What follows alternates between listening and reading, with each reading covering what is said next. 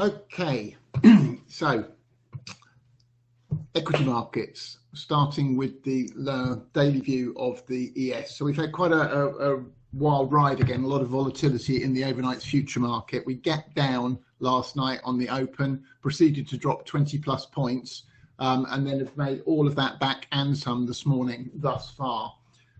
So what I'm looking at, same as the count for the S&P 500 cash, A, B, C for a 1 in a larger diagonal up, where the A wave and the C wave were equal in length.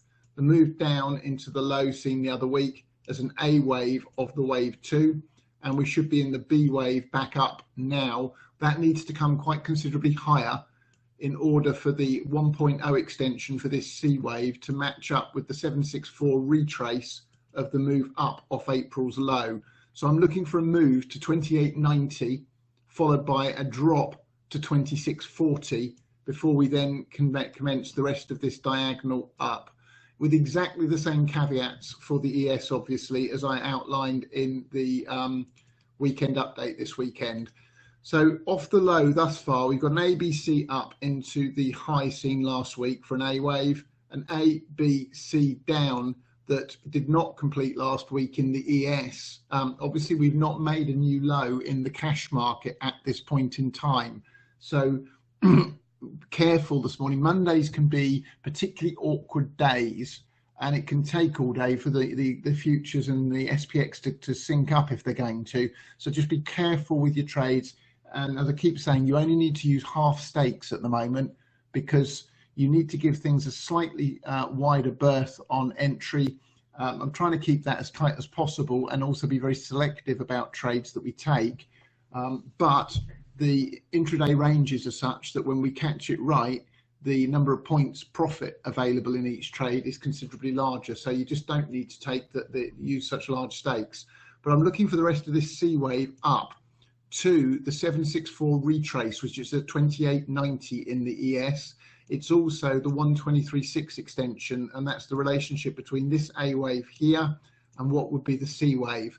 If assuming we can take out Friday's high followed by last week's high, the next danger areas are at 28.55 and 28.63. The concern, same as the the S&P 500, this peak here was a 50% retrace of the move down. If that's all of a B wave and this move up we're seeing this morning is corrective against this high, then we're going to go down to below 2600 in the next move, and this count is in all likelihood dead. We would have to take out the April low to finally invalidate it technically, but for my money, if we take out 26.96 in the ES without going up to 28.90 first, then it is probable that we've already seen the top in the larger degree wave 3 over here at January's, the recent high in September.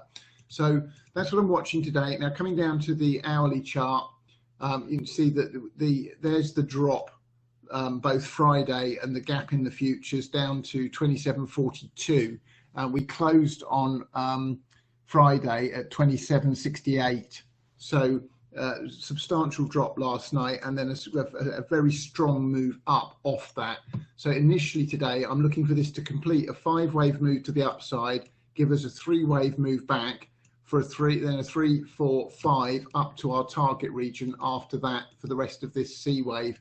If I bring it down to the day trading chart, there is last night's low down here at 27.49 and change. Thus far, I've got a 1, 2, 3, 4, 5 for 3.